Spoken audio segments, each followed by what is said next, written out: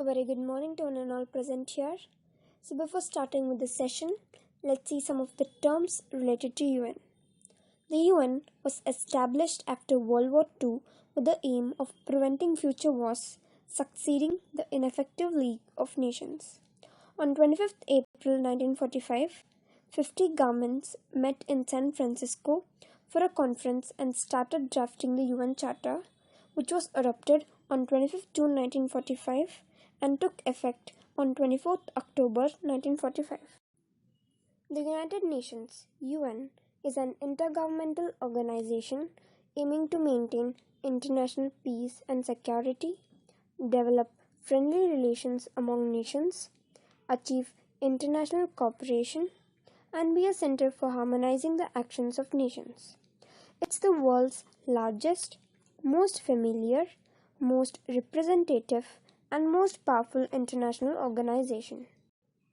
The work of United Nations cover 5 main areas: maintain international peace and security, protect human rights, deliver humanitarian aid, support sustainable development and climate action.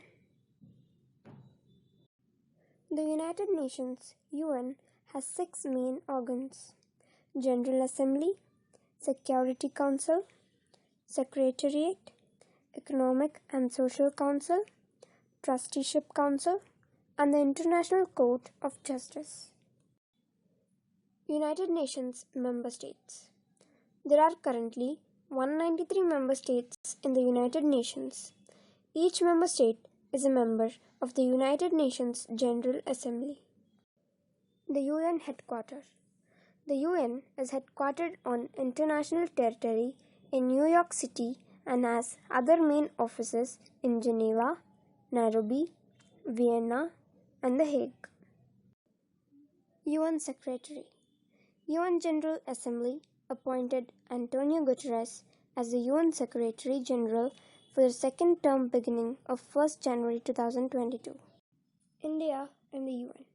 India was among the original members of the United Nations that signed the declaration by United Nations at Washington, D.C. on 1st January 1942 and also participated in the United Nations Conference on International Organization at San Francisco from 25th April to 26th June 1945. The UN wasn't created to take mankind into paradise, but rather to save humanity from hell. Dag Hammarskjöld. Thank you.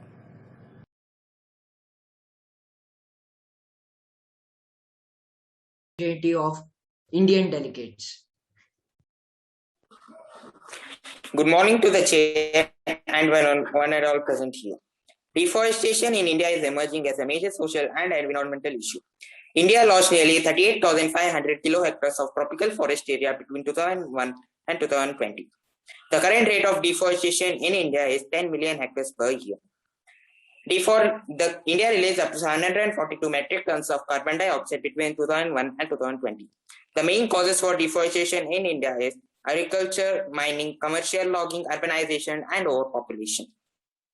According to a survey, there are an estimate of 300 million people serving as shifting cultivators in our country who practice slash and burn agriculture and are supposed to clear more than 5 lakh hectares of tropical forest area.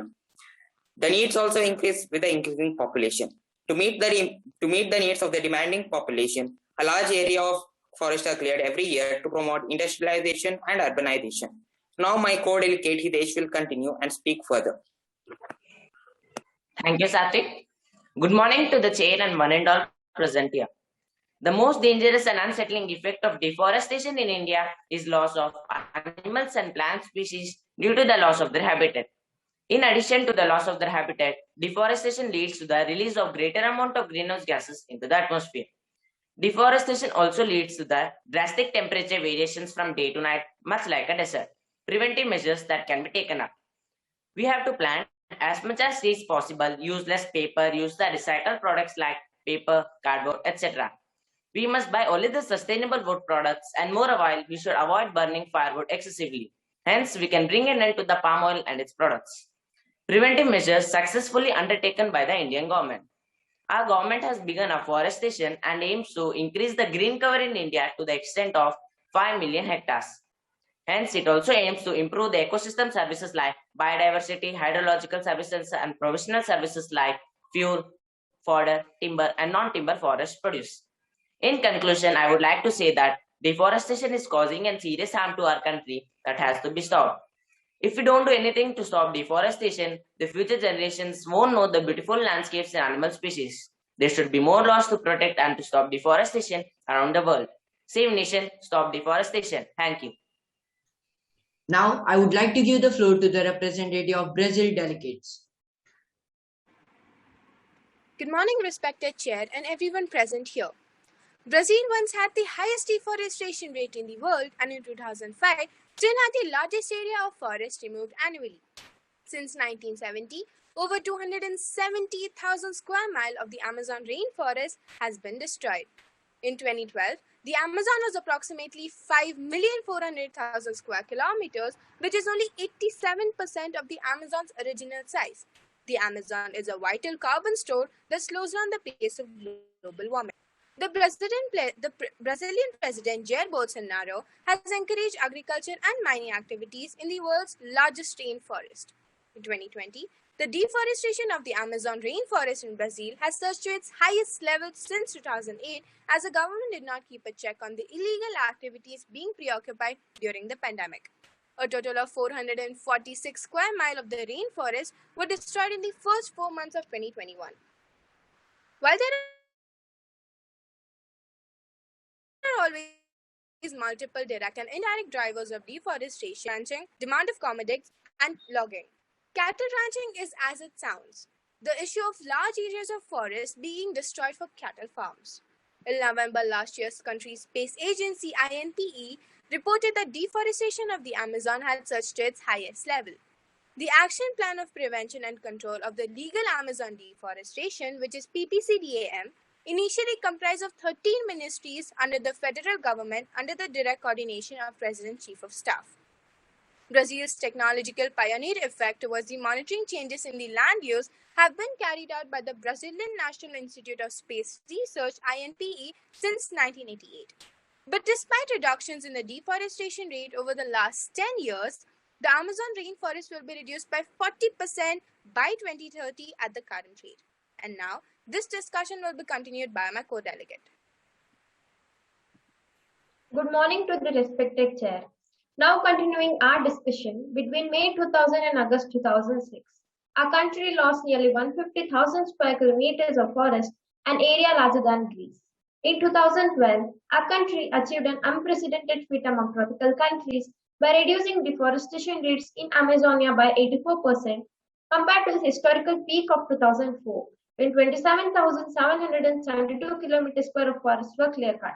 This achievement resulted from multiple government initiatives, particularly the PPCDAM and international pressures such as the soy and beef moratoria. At the Convention on Biological Diversity's 9th conference, 67 ministers signed up to help achieve zero net deforestation by 2020. Created in 2004, PPCDAM is a governmental effort which significantly contributed to the decrease of deforestation of 59% in this rate over the 2005 to 2007 period. Other efforts aimed at discouraging illegal deforestation in Amazon forest are the implementation of frameworks for management of public forests, which were introduced in a legal system in 2006. Besides this, our Brazilian government intended to invest around $500 million in initiatives connected to the PPCDAM under its pluriannual plan of PPA. Nonetheless, there is still a long way to go to make the remaining forest more economically and socially attractive than deforesting for cattle raising and farming purposes. Such new improvements will demand more sophisticated efforts from the federal, states, and municipal governments as well as from the Brazilian society. I would like to clarify a question raised by the delegate of France regarding our president's action towards deforestation. Our president Jair Bolsonaro is negotiating a deal with US officials to funnel what could be billions of dollars into his administration to eliminate illegal deforestation within the decade. At US President Joe Biden's Climate Leaders Summit in May 2021, our president vowed Brazil would become carbon neutral by 2050 and recommitted to net zero deforestation by 2030, a target his government had previously deserted in preventing deforestation. Our country, Brazil, became the first to receive financial resources from the Green Climate Fund for having successfully reduced greenhouse gas emissions from deforestation in the past. We hope we can achieve zero net deforestation in Brazil by the help of United Nations Framework Convention on Climate Change or UNFCCC. Thank you. Now, I would like to give the floor to the representative of Russian delegates. Thank you, Chair. Good morning to Chair and one and all present here. Deforestation in Russia is occurring at approximately 2 million hectares per year and 20,000 kilometers square. Due to the clearing of land for agriculture, logging, foreign investments, demand for the resources, income from the forest, and stimulates logging both legal and illegal. Russia contains the world's largest natural forest in the world. It covers 48% of the Russian landmass and 815 million hectares of land, and 23% of total world forest area. In spite of this, many countries are under the threat of rapid deforestation from 2001 to 2019. Russia lost 64.9 million hectares of land, equivalent to decrease in 8.4%. In 2018 alone, Russia lost 5.6 million hectares of land, followed by Brazil 3 million. And there are millions of hectares of land in Russia where the trees are left untouched, whether it is agriculture or forest area. It is very difficult to know in Russia where illegal wood processing is taking place. China. China is the world's largest producer of wood, lumber, and log. It has become a global wood product manufacturing and redistribution center in the world. Along 48.3% of the wood is supplied to China by Russia every year. So, according to my point of view, this is also the main causes why there is a rapid deforestation in Russia. And it is estimated by Greenpeace International that a fire has burnt a land larger than Greece, 20 million hectares of land and 10 million of forest area. So, from this I conclude that there is a rapid deforestation in our country. Our country minister has taken the conserve rule to stop deforestation in Russia. Save tree, save environment. Now my co-delegate Nitya is going to further elaborate on natural conservation of forest. Thank you. Good morning to the respected chair and everyone present here. As my country delegate said, forests are the bearer of life. We depend on forests for our survival. The air we breathe in, the wood we use, all are provided to us through the means of forest. Not only this, but forests also provide us with a livelihood. It is also a habitat for wild animals. Forests are of great use for human beings and it needs to be conserved. Life would not be able to sustain if forests are disappeared. The Russian government has taken considerable measurements to conserve forests. The Russian government gives a regular check to the number of trees that are being cut. A reasonable number of trees to be allowed to cut, which are either dead or can be replaced. So, planned cutting of trees helps in keeping track of the number of trees that are being cut. A major loss of forest is mainly because of forest fire. December 13, 2011, the Russian Federation framed a forest response project under Environmental Management Framework to control forest fire. Our government passed the laws preventing cutting of trees recklessly. Our will of government to prevent deforestation by educating people about the ill impacts of deforestation or extinction of forest on our environment. Our government is conducting many programs like plantation and promoting it on a regular basis. So we need to conserve them because if forests are destroyed, the animals and other creatures will come out to human settlements searching for a place to stay. Rain will become scarce, heat level in the world will increase to a very high level, and soon many places will become dry and arid. The snow-clad peaks of mountains, the frozen river, and ice at the poles will melt at a rapid pace. So I hope that our united organization will take a genuine measurement to conserve forests worldwide. Thank you. Now, I would like to give the floor to the representative of Chinese delegates. Good morning, Chair, and one and all present here. As we all know that China emerged as one of the leading countries in the world. It has its own unique way to represent itself and impress the world with its amazing talents. But With increase in its achievements, there is also increase in many problems with country. China's natural forests have been declining over the last 50 years. A few years ago, the forest areas in China was only about 7 million hectares. Large-scale logging started in China in the early 1920s with the construction of the Mid-Eastern Railways. During 1929-1944, the forest areas in northeast China decreased by nearly 18%, with the timber reserve decreased by 14.3%. Due to increase in China's population, the Chinese government started deforesting their lands to make room for urban areas. From 2013 to 2017, the timber consumption in China increased by nearly 18% to 192.5 million cubic meters. Therefore, the causes for deforestation in China has been identified as a demand for timber, population, and urbanization in the last 2 decades. Now my co-delegate will continue the topic. Thank you, Monisha. To start, first I would like to wish a very good morning to Mr. Chair and worthy delegates present here. As we saw with the causes, now I would like to continue further. First, let's see the impacts of deforestation in China. Deforestation had devastating consequences, causing regular soil erosion, sandstorms, and an increase in global warming. Due to deforestation, there is an increase in scarcity of water. Deforestation had increased China's economy as it is able to export more wood to other countries. Now, let's see upon some of the measures taken by government to take the control of deforestation. China spent $14 billion for forest protection in the first decade of the 21st century. After a major flood in 1998, billions of trees have been planted in recent decades. China has banned logging in natural forests. In 2015, 153 Chinese loggers removing trees illegally were sentenced to life in prison in Burma by the local government.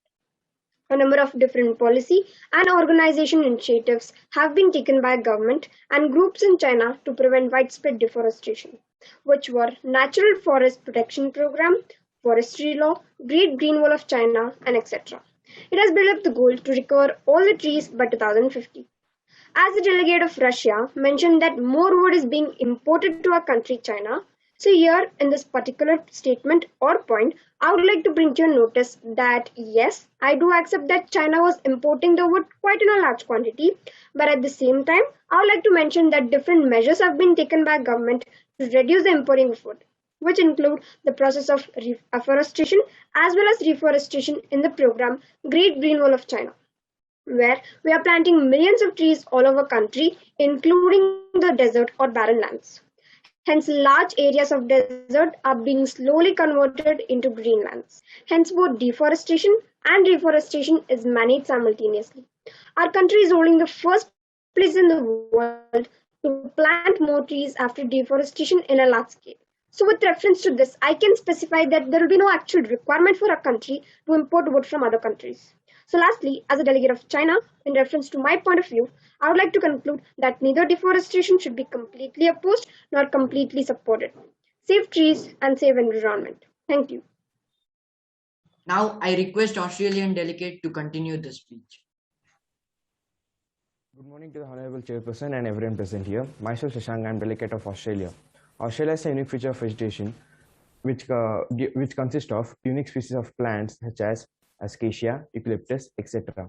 Even it gives shelter for many unique species of animals such as koala, umburts, dingo, and many others. But still, Australia is one of the most developed countries in deforestation.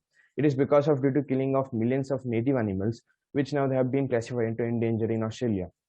Now presently, only 50% of Australian forest has been scaled, in which Australia had already lost 27% of its rainforest, 19% of its woodland has been cleared due to this deforestation, which is having a very big impact on our country's ecosystem.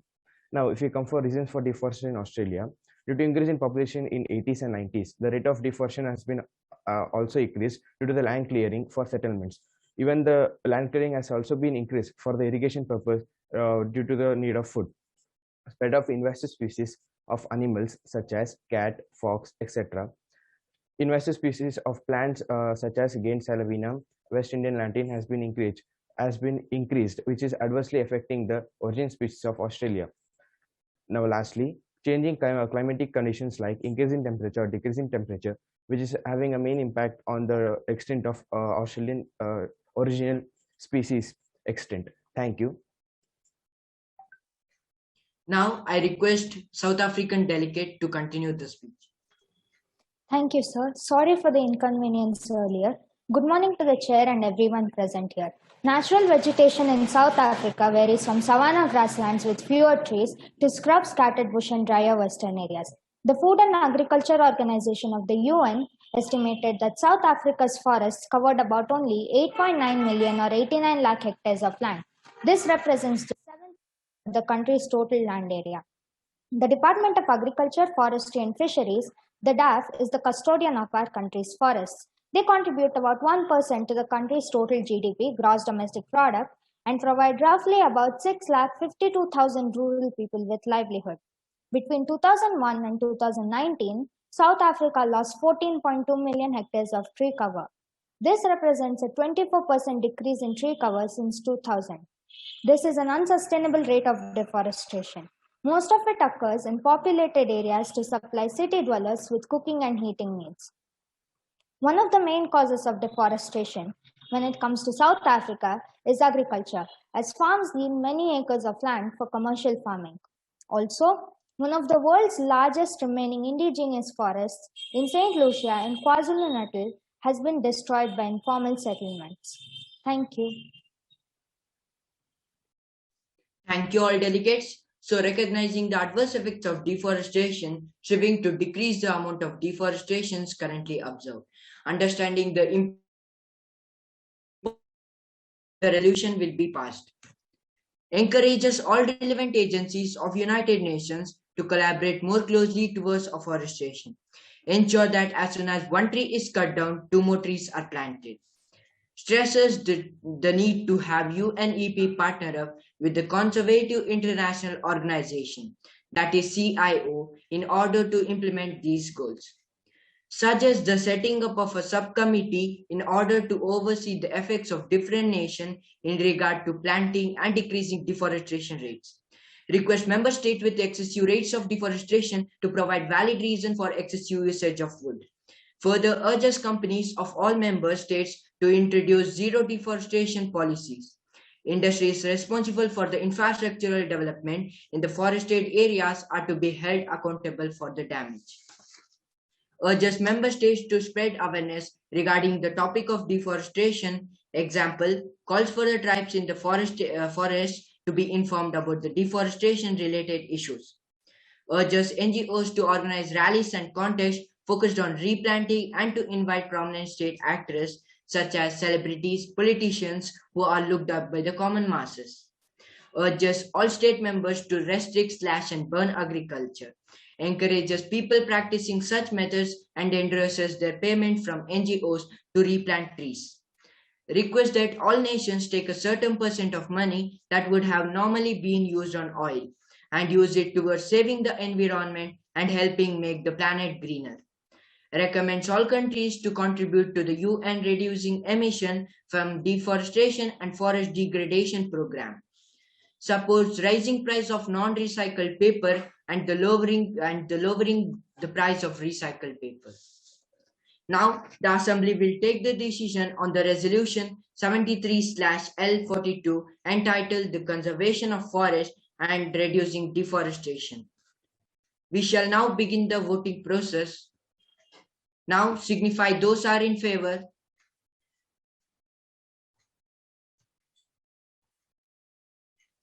Now signify those are in abstention. Now signify those are in against. Now I announce the result. Favor 11 countries, against 0 countries, abstention 0 countries. On the resolution 73/L42 has gained 2/3 of the majority. Therefore, resolution is adopted. Thank you all. As we have all witnessed, what a fruitful and engaging session it was. Now, I would like to invite Srishti Pandey to deliver the vote of thanks. Thank you.